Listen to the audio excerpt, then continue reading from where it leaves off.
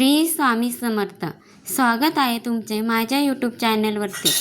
आजचा दिवस तुम्हाला खूप छान सुखाचा आणि आनंदाचा जाओ, हीच मी स्वामींच्या चरणी प्रार्थना करते आणि आजच्या नवीन व्हिडिओला सुरुवात करते. 2026मध्ये रक्षाबंधन 28 ऑगस्टला म्हणजेच शुक्रवारी आलेले आहे. रक्षाबंधन व नारळी पौर्णिमा हे दोन पवित्र सण असतात. विजय झाल्यानंतर ह्या सणास सुरुवात झाली. या पवित्र दिवशी बहीण भावाला अक्षदा व हातात राखी बांधते. भाऊसुद्धा आपल्या लाडक्या बहिणीला काही भेटवस्तू देत असतो. सोबतच मी तुझे कायम संरक्षण करेल असे वचनसुद्धा देत असतो. राखी म्हणजे रक्षाबंधन हे वाईट शक्तीपासून संरक्षण करणारा आणि सकारात्मक ऊर्जा देणारा पवित्र धागा मानला जातो. आणि म्हणून ह्या नारळी पौर्णिमेच्या दिवशी राखी ही भावाच्या हातावर बांधली जाते. आता रक्षाबंधन हा सण फक्त बहीण भावापुरता मर्यादित नाही, तर समाजामध्ये सर्व स्त्रियांचा आदर करणे ही सुद्धा भावना व्यक्त करत असतो. आज या व्हिडिओमध्ये मी तुम्हाला रक्षाबंधनाबद्दल अत्यंत महत्त्वाची माहिती सांगणार आहे. यंदा ही नारळी पौर्णिमा 2 दिवस आलेली आहे. या नारळी पौर्णिमेचा प्रारंभ 27 ऑगस्टला सकाळी 28 ऑगस्टला सकाळी 9:27 होणार आहे. आणि म्हणूनच रक्षाबंधन नेमकी कोणत्या दिवशी साजरे करायचे आहे. तसेच या दिवशी भद्रकाळ सुद्धा सुरू होत असतो. आणि धार्मिक मान्यतावरून रक्षाबंधनाचे कार्य भद्रकाळ संपल्यानंतरच केले जाते, कारण भद्रकाळात शुभ कार्य करणे अशुभ मानले जाते. आणि म्हणून यंदा रक्षाबंधनाच्या दिवशी चंद्रग्रहण सुद्धा असणार आहे. तर हे चंद्रग्रहण आपल्या भारतात दिसणार आहे का? या चंद्रग्रहणाचे नियम आपल्याला पाळावे लागणार आहे का? त्याचबरोबर सगळ्यात महत्त्वाची गोष्ट म्हणजे रक्षाबंधनाच्या दिवशी प्रत्येक विवाहित स्त्री आपल्या माहेरी भावाला राखी बांधण्यासाठी जात असते, किंवा वडिलांना राखी बांधण्यासाठी जात असते, काकांना राखी बांधण्यासाठी जात असते. परंतु तुम्हाला माहेरवरून परत सासरी येताना या 4 गोष्टी चुकूनही आणायच्या नाहीत. अन्यथा तुमच्या नवऱ्यावर अस्मित संकट येऊ शकतं. तुमचा नवरा आजारी पडू शकतो, किंवा धनाचा नाश सुद्धा होऊ शकतो आणि लक्ष्मी 7 घर सोडून जाईल. तर 99% महिलांना ह्या गोष्टी माहीत नसतात आणि मग 99% महिलांकडून ह्या चुका होत असतात. तर ह्याबद्दलची संपूर्ण माहिती आजच्या व्हिडिओमध्ये मी तुमच्यासोबत शेअर करणार आहे. त्यामुळे तुम्ही हा व्हिडिओ स्किप न करता शेवटपर्यंत नक्की पहा. चॅनलवरती नवीन असाल तर सबस्क्राईब करा आणि असेच माहितीपूर्व नवीन व्हिडिओ पाहण्यासाठी बेल आयकॉनला प्रेस करा, म्हणजे जेव्हा कधी मी नवीन व्हिडिओ अपलोड करेल त्याचं नोटिफिकेशन सर्वात अगोदर तुम्हाला भेटेल आणि तुम्ही एक पण व्हिडिओ मिस करणार नाही.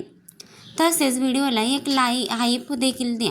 आता आपण सर्वात प्रथम पाहणार आहोत की यंदा रक्षाबंधन हे नेमके कोणत्या दिवशी साजरे करायचे आहे. तर सांगितल्याप्रमाणे नारळी पौर्णिमेचा प्रारंभ 27 ऑगस्टला सकाळी 9:08 सुरू होणार आहे आणि 28 ऑगस्टला सकाळी 9:47 ही पौर्णिमा तिथी संपणार आहे. पण आपल्या ज्योतिषशास्त्रामध्ये उदय तिथीनुसार कोणताही सण हा साजरा केला जातो. म्हणून जरी ही पौर्णिमा सकाळीच 9:15 वाजता संपत असली तरीही आपल्याला रक्षाबंधन हे 28 ऑगस्टला म्हणजेच शुक्रवारी साजरे करायचे आहे.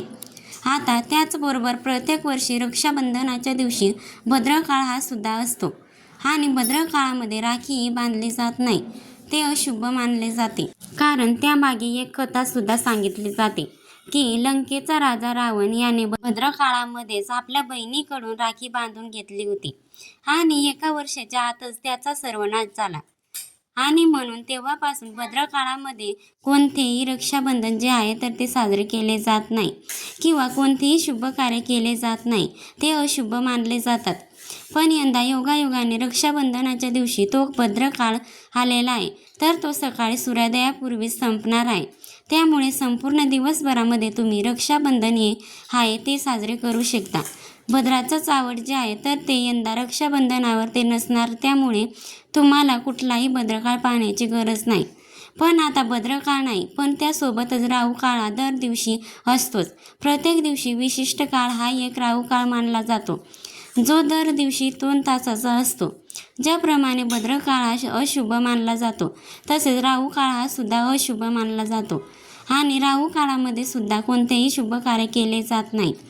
जर आपण ह्या राहू काळात कोणतेही शुभ कार्य केले तर त्याचे वाईट विपरीत परिणाम हे आपल्याला भोगावे लागत असतात. आणि म्हणून तुम्हाला या रक्षाबंधनाच्या दिवशी राहू काळ अवश्य टाळायचा आहे. आता राहू काळ कोणता असणार आहे, तर या दिवशी राहू काळ सकाळी 11:02 ते 12:35 असणार आहे. तरीही वेळ सोडून आपल्याला रक्षाबंधन साजरे करायचे आहे. त्याचबरोबर रक्षाबंधन साजरे करण्यासाठी कोणता शुभ मुहूर्त असणार आहे. बघा, शुभ मुहूर्तावरती आपण कोणतेही शुभ कार्य केले तर ते यशस्वी होते, त्यामध्ये यश मिळते. आणि म्हणून जर तुम्हाला तुमच्या भावाला शुभ मुहूर्तावरती राखी बांधायची असेल तर शुभ मुहूर्त 28 ऑगस्टला सकाळी 6:30 वाजल्यापासून ते 8:30 वाजेपर्यंत असणार आहे. आणि ह्यानंतर दुसरा शुभ मुहूर्त हा 2 वाजल्यापासून ते 4:30 वाजेपर्यंत असणार आहे. तर हे जे 2 शुभ मुहूर्त आहेत, तर हे यंदा राखी बांधण्यासाठी सांगितले गेले आहे. शक्य असेल तर ह्या शुभ मुहूर्तावर तुम्हाला रक्षाबंधन साजरा करायचा आहे. नाही शक्य झालं तर तुम्ही राहू काळ सोडून दिवसभरामध्ये कधीही रक्षाबंधन साजरे करू शकता. आता त्याचबरोबर यंदा या रक्षाबंधनाच्या दिवशी चंद्रग्रहण आलेलं आहे. आता जरी चंद्रग्रहण असेल तर ते आपल्या भारतामध्ये दिसणार नाही. त्यामुळे तुम्हाला त्या ग्रहणाचे वेद असेल, नियम असेल तर काहीही पाळण्याची आवश्यकता नाही. अगदी गर्भवती स्त्रियांनी सुद्धा कोणतेही नियम पाळायचे नाही, कारण हे ग्रहण आपल्या भारतामध्ये दिसणारच नाही. त्यामुळे याचा परिणाम जो आहे तर तो आपल्यावरती होणार नाही. आता आपण जाणून घेणार आहे की माहेरवरून येताना अशा कोणत्या 4 गोष्टी आहेत ज्या चुकूनही आणायच्या नाही. या दिवशी प्रत्येक विवाहित स्त्री आपल्या माहेरी जात असते आणि माहेरी गेल्यानंतर तिची पिशवी कधीच रिकामी येत नाही. आई काही ना काही वस्तू आपल्या मुलीला देत असते आणि आपण सुद्धा आणत असतो. परंतु वास्तुशास्त्रानुसार आणि ज्योतिषशास्त्रानुसार अशा काही वस्तू आहे ज्या कधीही माहेराहून आपल्या सासरी आणायच्या नसतात. जर तुम्ही असं केलं तर तुमचा नवरा मोठ्या संकटात अडकू शकतो. आता या गोष्टी आपल्याला माहीत नसतात. कळत नकळत आपल्याकडून या चुका होऊन जातात आणि त्याचे वाईट परिणाम हे आपल्याला स्वतःलाच भोगावे लागत असतात. आणि जेव्हा आपल्या घरात, आपल्या आयुष्यात जेव्हा वाईट दिवस सुरू होतात, संकट येतात, अडचण येतात, तेव्हा आपण आपल्या नशिबाला दोष देत असतो. माझं नशीबच असं आहे, माझं नशीबच तसं आहे, कुणीतरी माझ्या घराला नजरबाधा केली आहे, याची नजर लागली, त्याची नजर लागली. पण असं काही नसतं. काही चुका ह्या आपल्या स्वतःच्या हातूनच घडत असतात, पण त्या आपल्याला माहीत नसतात. आणि म्हणून ही गोष्ट तुम्हाला माहीत असणं खूप महत्त्वाचं आहे. आता यामध्ये पहिली गोष्ट म्हणजे हट्टीपणा. ज्या मुली हट्टी असतात त्यांचा तो हट्टपणा माहेरी असतानाच पूर्ण केला जातो. परंतु जेव्हा तुम्ही सासरी जातात तेव्हा तुमचे सर्व हट्ट पूर्ण केले जात नाही. म्हणूनच तुमच्यामध्ये तो हट्टीपणा आहे, जो काही रागीटपणा आहे, तर ते फक्त तुमचे आई वडील सहन करतात, परंतु तुमच्या सासरची लोक राग सहन करणार नाही. आणि म्हणून पहिली गोष्ट म्हणजे तुमचा हट्टीपणा, तुमचा तापटपणा, तुमचा राग. यानंतर दुसरी वस्तू आहे ती म्हणजे लोणचं. बघा, आई काही ना काही वानोळा आपल्या मुलीला देत असते आणि त्यामध्ये प्रामुख्याने लोणचं हे खूप महिला आपल्या माहेराहून सासरे आणत असतात. पण हे चुकीचं आहे. लोणचं हे आंबट असतं आणि जेव्हा अशी आंबट वस्तू आपण सासरे आणतो तेव्हा आपल्या कुटुंबामध्ये आंबटपणा निर्माण होतो. म्हणजेच आपल्या घरामध्ये वादविवाद व्हायला सुरुवात होते. तुम्हाला लोणचं जे आहे तर ते आणायचं नाही. यानंतरची पुढची वस्तू आहे ती म्हणजे वापरलेले जुने भांडे असेल किंवा वापरलेले काही कपडे असतील किंवा बहिणीच्या काही अशा वापरलेल्या वस्तू असतील किंवा आपल्या माहेरी एखादी वस्तू पडून होती ती ते वापरत नसेल तर ती वस्तू तुम्ही तुमच्या स्वतःच्या घरामध्ये आणू नका. शास्त्रानुसार अशा वस्तू ज्या आहेत तर त्या आपल्या घरात आणणे म्हणजे नकारात्मक ऊर्जा आपण आपल्या घरात घेऊन येत असतो. त्यामुळे त्यांच्या घरातील जे काही दोष आहे ते आपल्या घरामध्ये येत असतात, आपल्या घरामध्ये प्रवेश करत असतात. आणि त्याचा थेट परिणाम हा तुमच्या कुटुंबावर, तुमच्या पतीच्या आर्थिक स्थितीवर वरती होत असतो. पतीच्या नोकरीमध्ये, व्यवसायामध्ये अडचणी यायला सुरुवात होतात. तसेच घरामध्ये लक्ष्मी स्थिर राहत नाही. घरातून लक्ष्मी निघून जाते. म्हणून ही एक चूकसुद्धा तुम्हाला आवश्यक टाळायची आहे.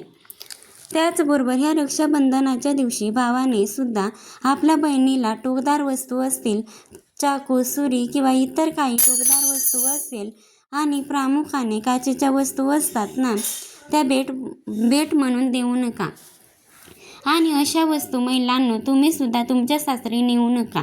वास्तुशास्त्रानुसार माहेरवरून आणलेल्या धारदार वस्तू, काचेच्या वस्तू ह्या पती पत्नीमधील नातेसंबंध खराब करत असते, ज्यामुळे त्यांच्यामध्ये कटुता निर्माण होते. कौटुंबिक क्लेश याशिवाय पतीच्या डोक्यावर सतत मानसिक तणाव राहतो. त्यांच्या आयुष्यात अनेक आरोग्य संबंधित गंभीर समस्या सुद्धा वाढत असतात. तसेच पुढची वस्तू आहे ती म्हणजे पिठाची चाळणी.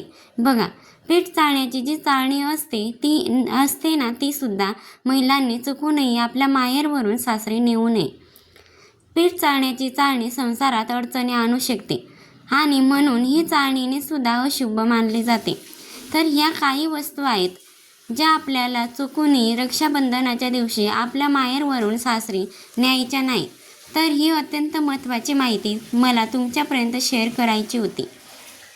व्हिडिओ तुम्हाला आवडला तर लाईक करा, चॅनलवरती नवीन असाल तर सबस्क्राईब करा आणि हा व्हिडिओ आपल्या मित्रपरिवारासोबत जास्तीत जास्त शेअर करा. श्री स्वामी समर्थ. जय जय स्वामी समर्थ. धन्यवाद.